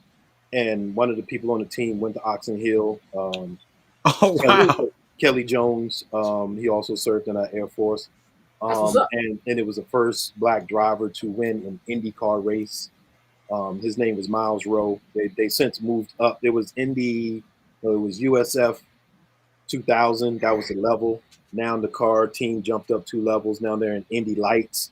They have a new driver, a new Black driver. I can't think of his name right now. But their first race is this Saturday. You can check it out on Peacock. It's the Indy Lights division. It's going to be in St. Petersburg, Florida. So I wish I was there, but this is my people, man. So support. Hey, Joe, if you we need to be in racing. Yeah, I already got it. Yeah. He's gonna grab the link and put the link up. Yeah, there's a lot of NASCAR stuff where there are 4 new Black teams in NASCAR, but it's very few in Indy racing. In Indy, very few. When I was there, I went to their race in. Heather's asking, was it at Raceway Park? No. It was in It was in New Jersey. I can't think of. Was it race? No, it wasn't Raceway Park. It may have been Raceway Park. It may have been in New Jersey because that's in New Jersey, right? Yeah. Yeah. But it's these guys are great guys, and it's all open wheel, right? It's open wheel. It's open wheel, yeah. It's Indy race. Indy is open wheel. Yeah, it's not Formula One, but it's Indy. But it's open wheel. Yeah, it's on Indy. They're now in Indy Lights. It's called the level is Indy Lights. I never knew it was that many levels to it. I just thought it was racing. Yeah, So, me too. Once you get into it, and dude, being there was like one of the pleasures of my life to see that. And wow, I'm a fast head. I love going fast. I wish I could drive the car, but anyway. Well, listen, I mean, the link is there, y'all. Their Instagram is right there. So if y'all want to jump on, grab the Instagram link. Make sure y'all hit that. They should have a link to the. It's going to be on Peacock on what's the 27th, whatever the 27th. I think is it Saturday.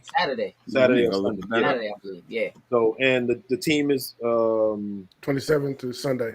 Yep, 27th. So it's going to be Force Indy. The number is 99. It's a black car. So okay. All right, black on black. Let's go. With it. 100%. I dig it. That's what's up.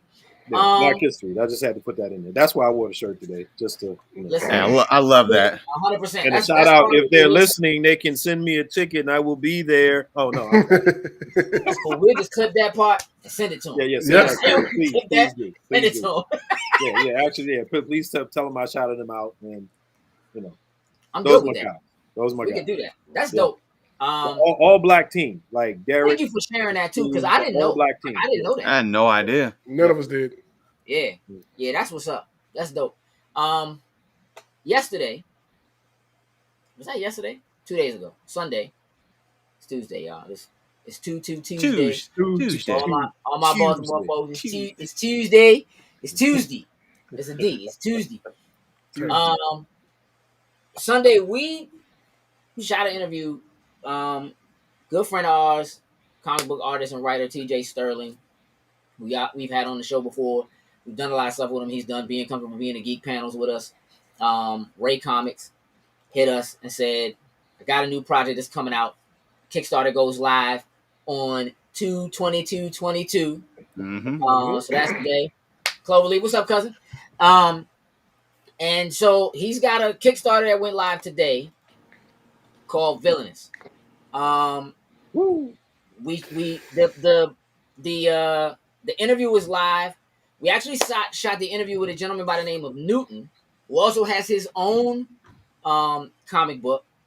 And Jokes, if you could throw, what's up, Waddy? If you could throw the links up for Newton's IG, which is in our captions, and throw the Kickstarter link up, the correct Kickstarter link up for us, so people can do that. Real important for them. Kickstarters live and die by what they get a lot of times that first day. The facts. So they have a goal of like $11,000. I think when I checked a little while ago, they were at like 41, something like that.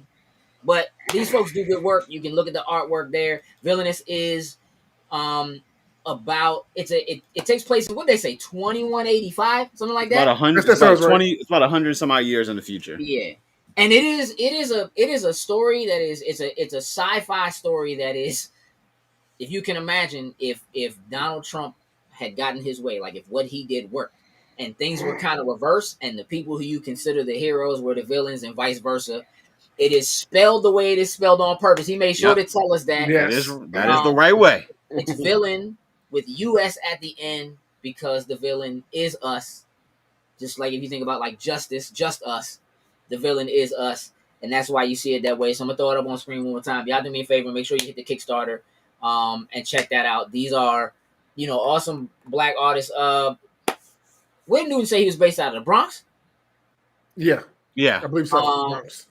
Listen, when we shoot an interview with somebody rocking the Wu-Tang hat, man, we all in. You know what I'm saying? So it was good. And again, we've known TJ. This is our first time meeting Newton, but he was a really dope dude. And he said he for the most part, as far as like Comic-Con stuff like that, he stays in the area. Mm-hmm. But they're doing some good work. So y'all do me a favor and make sure y'all go and check that out. Go follow. So Dream Fury Comics is Newton's comic book company.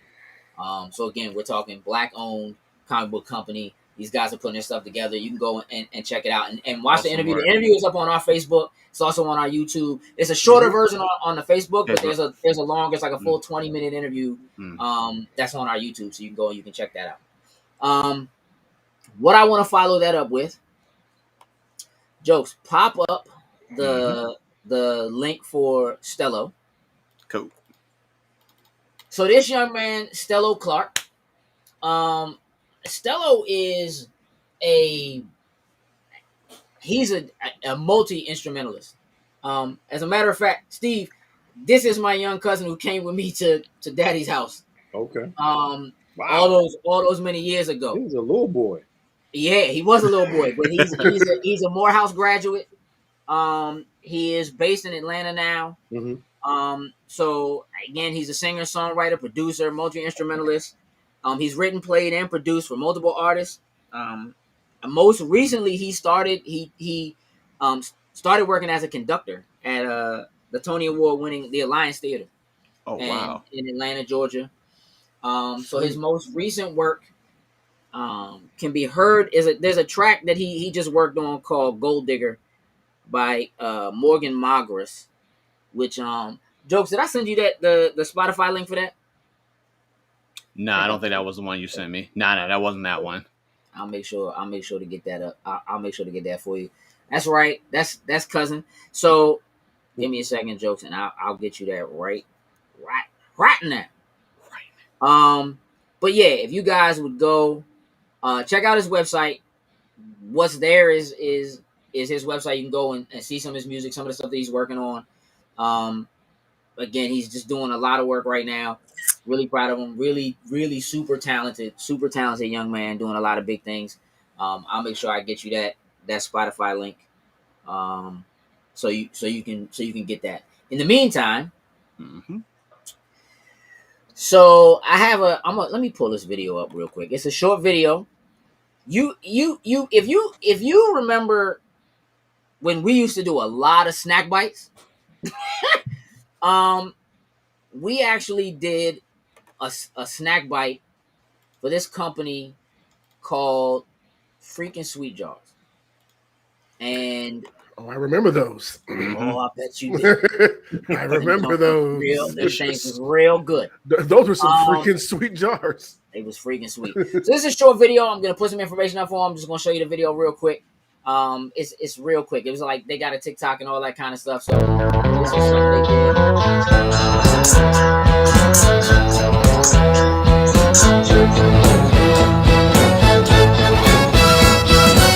You got money, her clothes are kind of funny, her hair is kind of wild and free.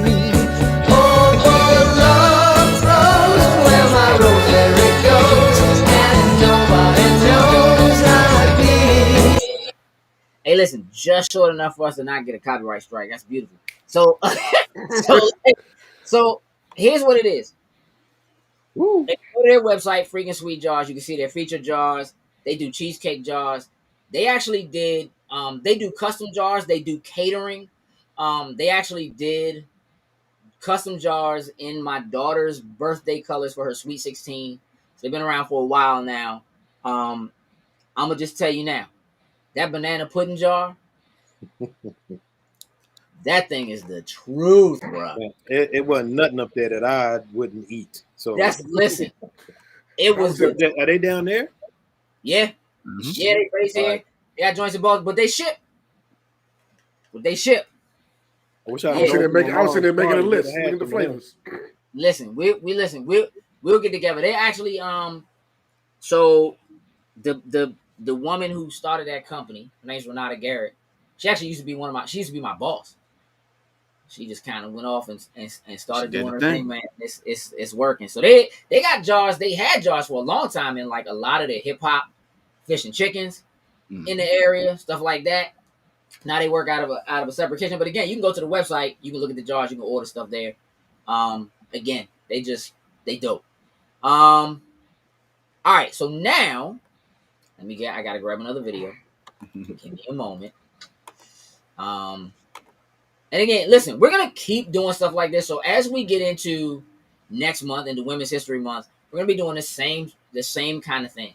We're gonna be looking to feature women and show things that they're doing. You might see Freaking Sweet Jars again. But again, we kind of want to keep highlighting just people who are doing great things, whether we know them or not.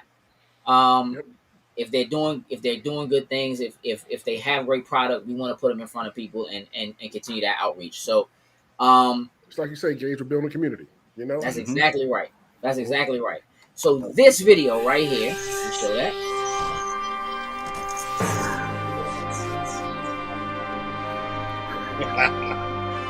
There it is. So Drift Auto Detail. There's the link.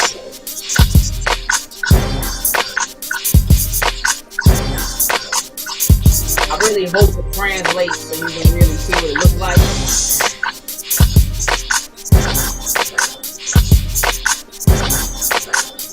I need to hit up him so bad, but I'm just so far away now. You ain't that far. Dog, he go to Virginia, he travels. Here's somebody else. He just go to the house and do it. Is he coming to Jersey? Hey, I bet you he will. He might still be in the chat. He was in the chat earlier, so he might still be in the chat. He's still here. I need him to come up to Columbia. He'll come out to Columbia. For sure. Clean that bad boy off. So Drift Auto Detail. This is actually my brother's automotive detail company. He's also a producer, as you might have heard. That was one of his tracks that he uses on those. The Facebook link is there. You can jump on the Facebook, check him out, hit him up. Again, they'll travel. This is a business that he started along with his two younger sons. Now he's got 3 sons, but he started with his 2 sons. And Spade, if you still on here, congratulations, bro. He's out there doing it. They're out there working too. So Drift Automotive Detail Solutions, again, they will travel. They'll come to you to put that powerful wax on. Again, if you go to the Facebook, you can see videos of all the different types of services they offer. So make sure you go and you check that out. If you guys remember, about 3 weeks ago, we had a friend of ours on the show, a guy named Tui, who is one of the members of the Hamiltons. Used to sing backup for Anthony Hamilton. They actually dropped a new single today. So I was talking with Tui earlier today. This is the single. It's called Better. Y'all know if y'all were listening, hey, them dudes can sing, man. them them dudes can sing, bruh.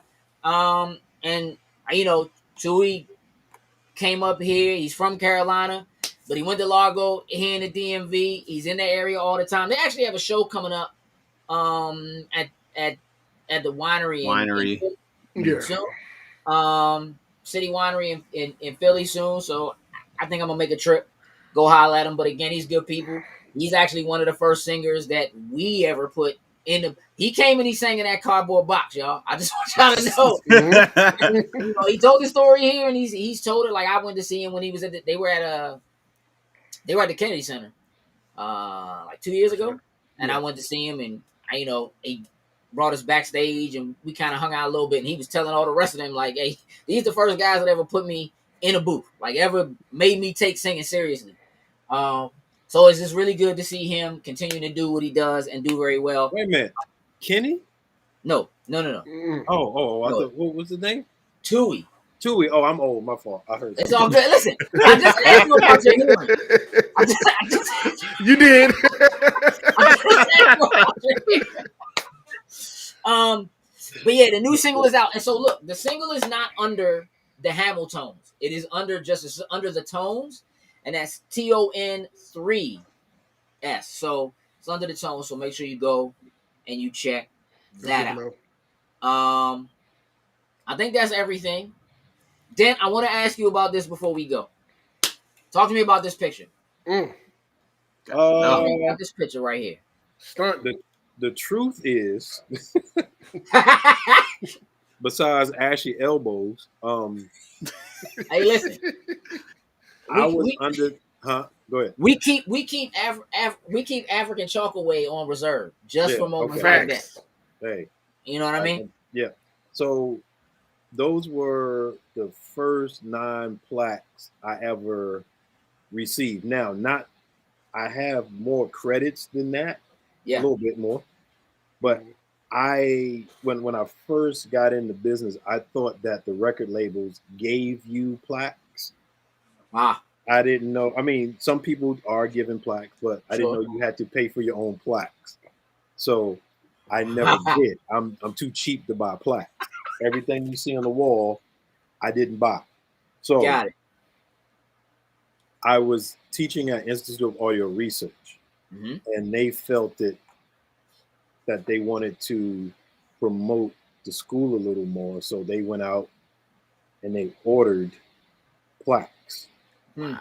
But they had to pay me to market my plaques. They had to pay me to use my marketing. You know? So they gave me an undisclosed amount, IRS, I don't know what you're talking about. So they had to pay me to advertise with my name and likeness or my name, and then they had to pay for the plaques. Now I think each one of them was like $100 or whatever at that time.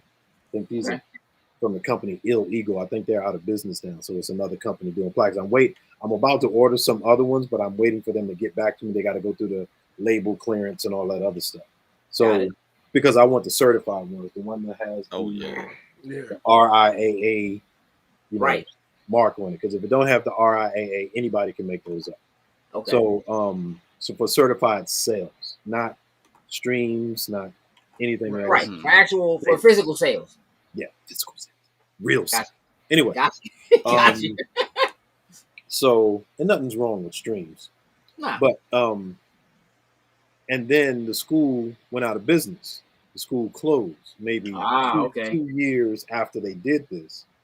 So then it's like, well, what are y'all gonna do with the plaques? They said, oh no, you can take them. So they paid me to buy my plaques, and I got and then gave them. Yeah, that's how you do it. Yeah. That's how you do it. I'm from DC. It's a hustle. No, I'm playing. No, it just worked out. You gotta do what you gotta do. Yeah, I've never paid for a plaque. I've even a friend of mine who had a studio down there. He bought a couple of my plaques to put in his studio, but I never paid for it because I refuse to pay for it. Yeah, I'm just cheap. But I'm getting old now. There's a couple that I want.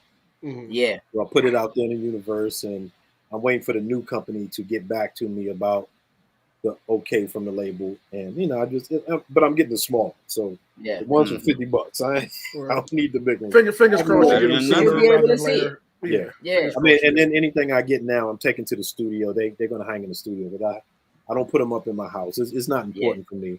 The only reason I do this is for people can see it, but it's not a big deal. I'm more. I get more out of the people that I help and the lives I help change than any of these things on this wall could ever do. Like it's nothing. This is nothing to me. It really is, and that's another reason I wouldn't buy.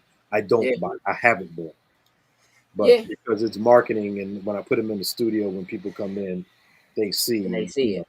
So that's what I'm doing. It's a visual form of credentials. It's a visual form of credentials. Yeah, but when people walk in the studio, they see that okay, this is somebody who worked and put. If you need that, sure, you got it. But I understand. If I walked into a car dealership and you never sold a car before, I need to know what you got. Right. Or a carpenter, or you're a builder, I need to know what you've built before. So I get it. Sure. 1,000% fan was asking, do you have vinyl records of everything you worked on? No. No. Not at all. Not maybe. I think I have Life After Death, but it's not me. My wife collected a lot of the Bad Boy records. She has a collection of wax vinyl of Bad Boy records. I don't. Only thing I have. What do you think about the resurgence of vinyl? It's nothing to me. Yeah. I was a anti CD person for a long time, and then once I bought my first CD, which was Mantronics. I bought my first CD, and once I put it in the car and I played it, I'm like, okay, I don't need records anymore.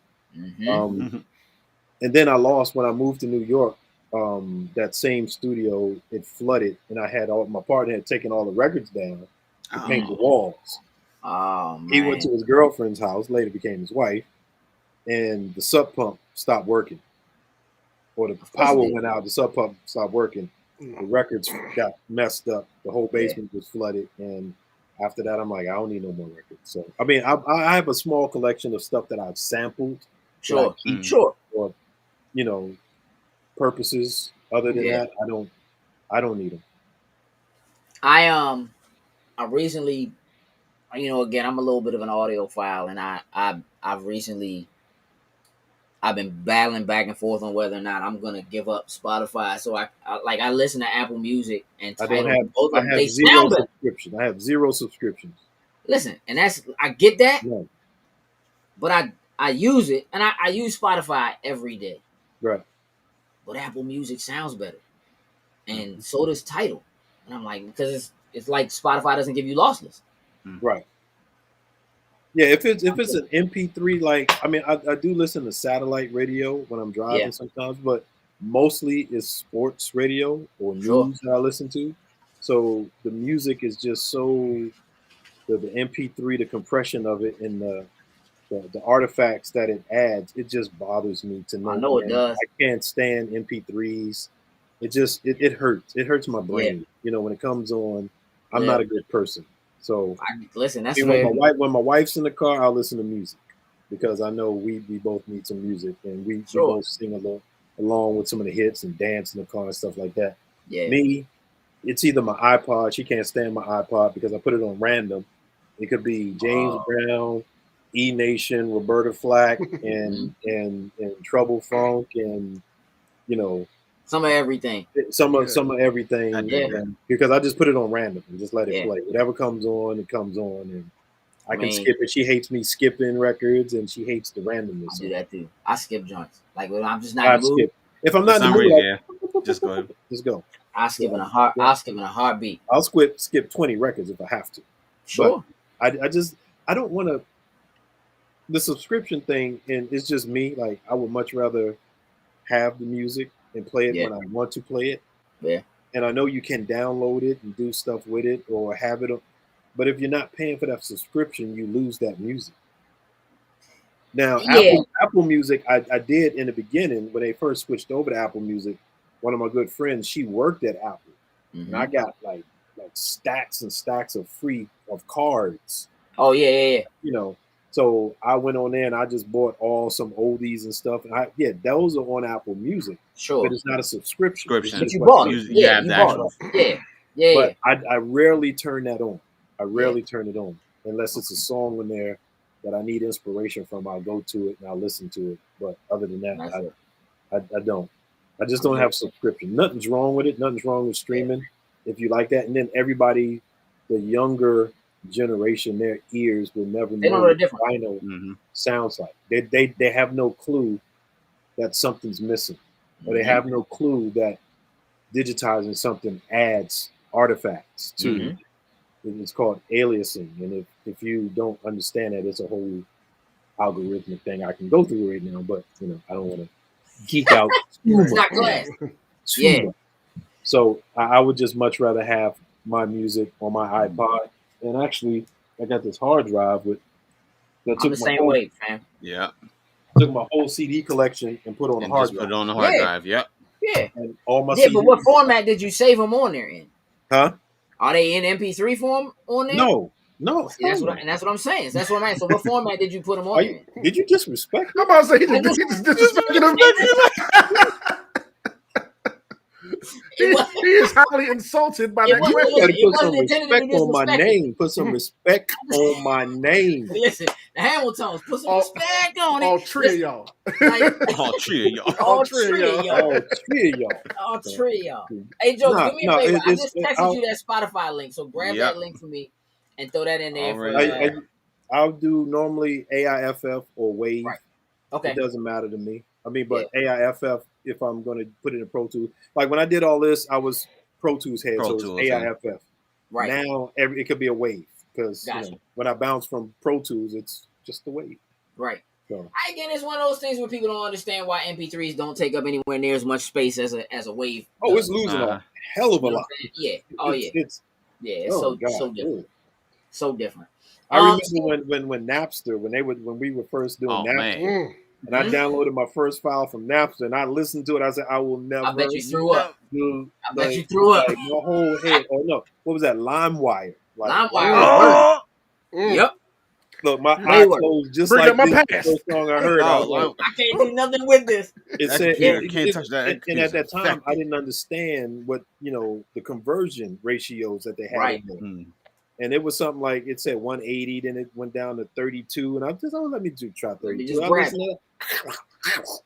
Also, at that time, it took a long time to download those files. Oh my god! What? Yeah, because we was on dial-up. Right. That's what I'm saying. Like it was just not 30 minutes of song. Can you imagine for a 2-minute song? Imagine if you was trying to download that joint as waves, though, bro. You might as well just wait till tomorrow. Something you started 10 years ago. Downloading today. Gone for a whole day, come back. Still moving. Wasn't happening. That's if the signal didn't drop. If the signal dropped or it's too many people on the system, start over. Let somebody just pick up the phone. Why you trying to do it? I need the phone. Right. Not today. I'm downloading right now. Stop it. Get off the internet. Yeah, that's bad. You either had DSL or you could take a phone call. Thank God for DSL when it came along. What you mean? What you mean? I can be on the phone and the internet at the same time? Yeah, exactly. That dial-up was for the birds. That's impossible. Wait a minute. Remember AOL? That's what's going in my head right now. We're talking about dial-up. I helped somebody today. I had to ask them for their email address, and that joint was a straight up net zero joint. Ooh. Oh, I see them things on a daily basis. All the email. I'm just like, why didn't you get yourself a Gmail account? Like, I've had this email forever, and I just don't want to. I'm like, I still know people that got AOL. And my wife still has it. She still has her AOL account. But that means so she uses it. She still has it. Right. She uses it though. No, very little. Oh, okay. Oh no, mine is still active. I don't remember the password. I think I had to. I don't remember the passwords. Yeah, I haven't touched that joint in so long. That's might as well try to log into your MySpace. Let me know how that goes. You can't even get to MySpace. What you talking? Exactly.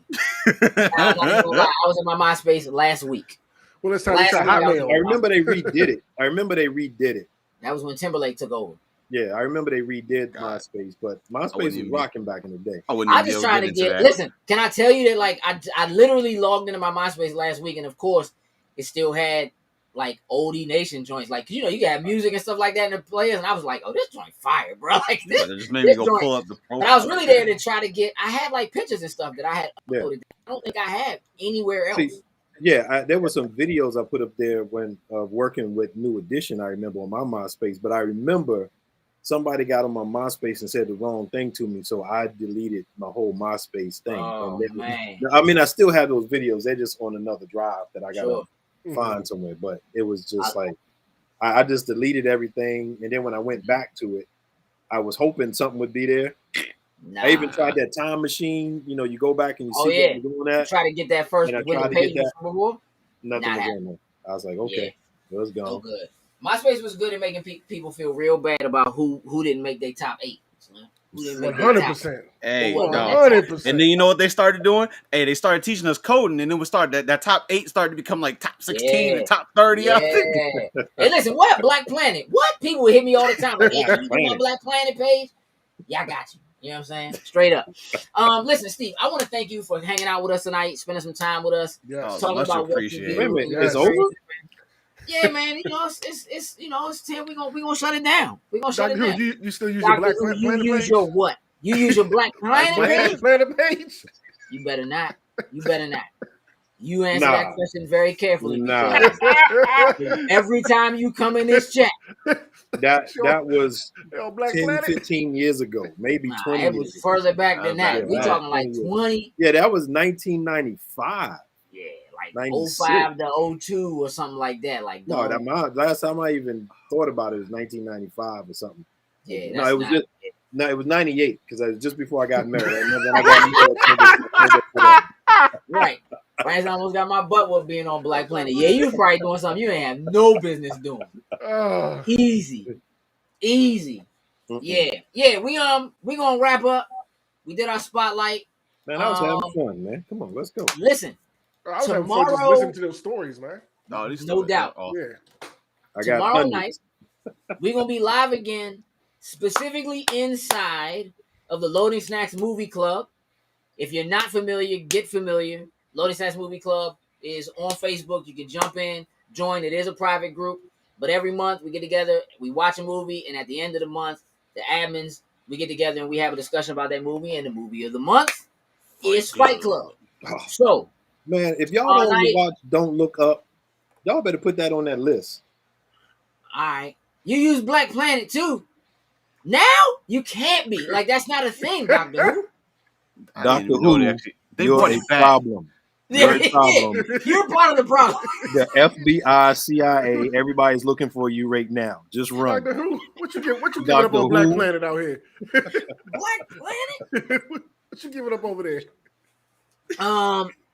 Look. Oh, you my AOL. Is that a sexual term? My AOL? That's what I give up on Black Planet.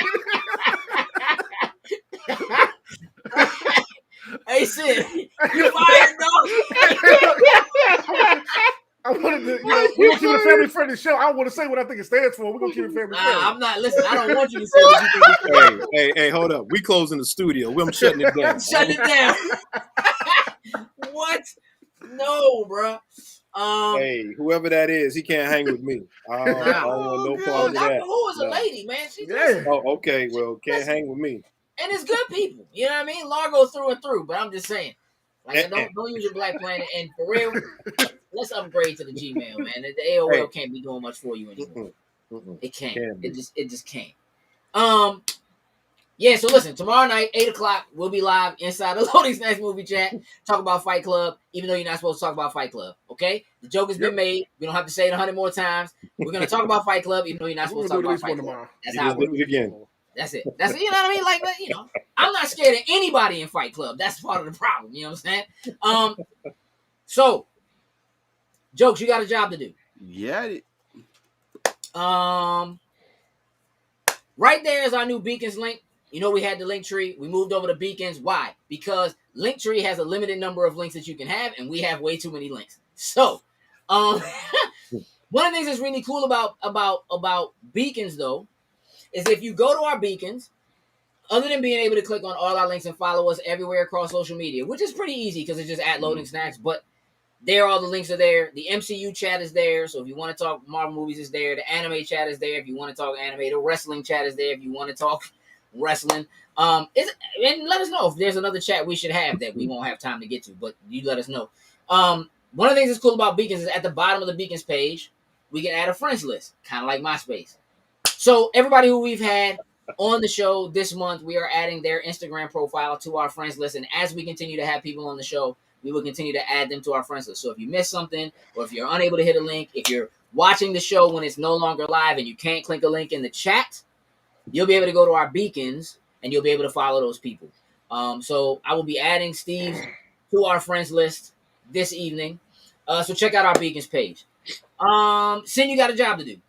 Yes, so let's shout out our top tier patrons, starting with Anthony Cunningham, Marcus Houston, Susan Dorch, and Tyrone Carson. Thank you very much. We truly, truly appreciate it. We really do appreciate y'all. Look, Patreon is how we keep the lights on and keep doing what we're doing. We do appreciate y'all. If you enjoy what we're doing on Patreon, I did put a post up like a week and a half ago asking for any additional ideas, things that you guys want to see happen in Patreon. We have a couple of other ideas that we're brewing, but I want to see what you guys want because you guys are paying for us to continue to put that additional content there. So we really do want to continue to do that. Listen, Doctor Who, I'm not taking your excuses for why you still have an AOL account. I'm not even going to read that. I know that's what that is. I'm just not even going to look at it. Look, one more time. Thank you, Steve, for coming and hanging out with us. Greatly appreciate it. We got to have you back on. You know what I mean? So we'll anytime, man. This is get together. Fun. And when you come to town, right? Let me know so we can go get some sweet jaws. You know what I'm saying? I might have to sneak down there this weekend. Man, I saw that sweet jar. I'm like, you know what I mean? It's real. It's real out here. So look, unfortunately, I gotta shut down the studio. We getting out of here.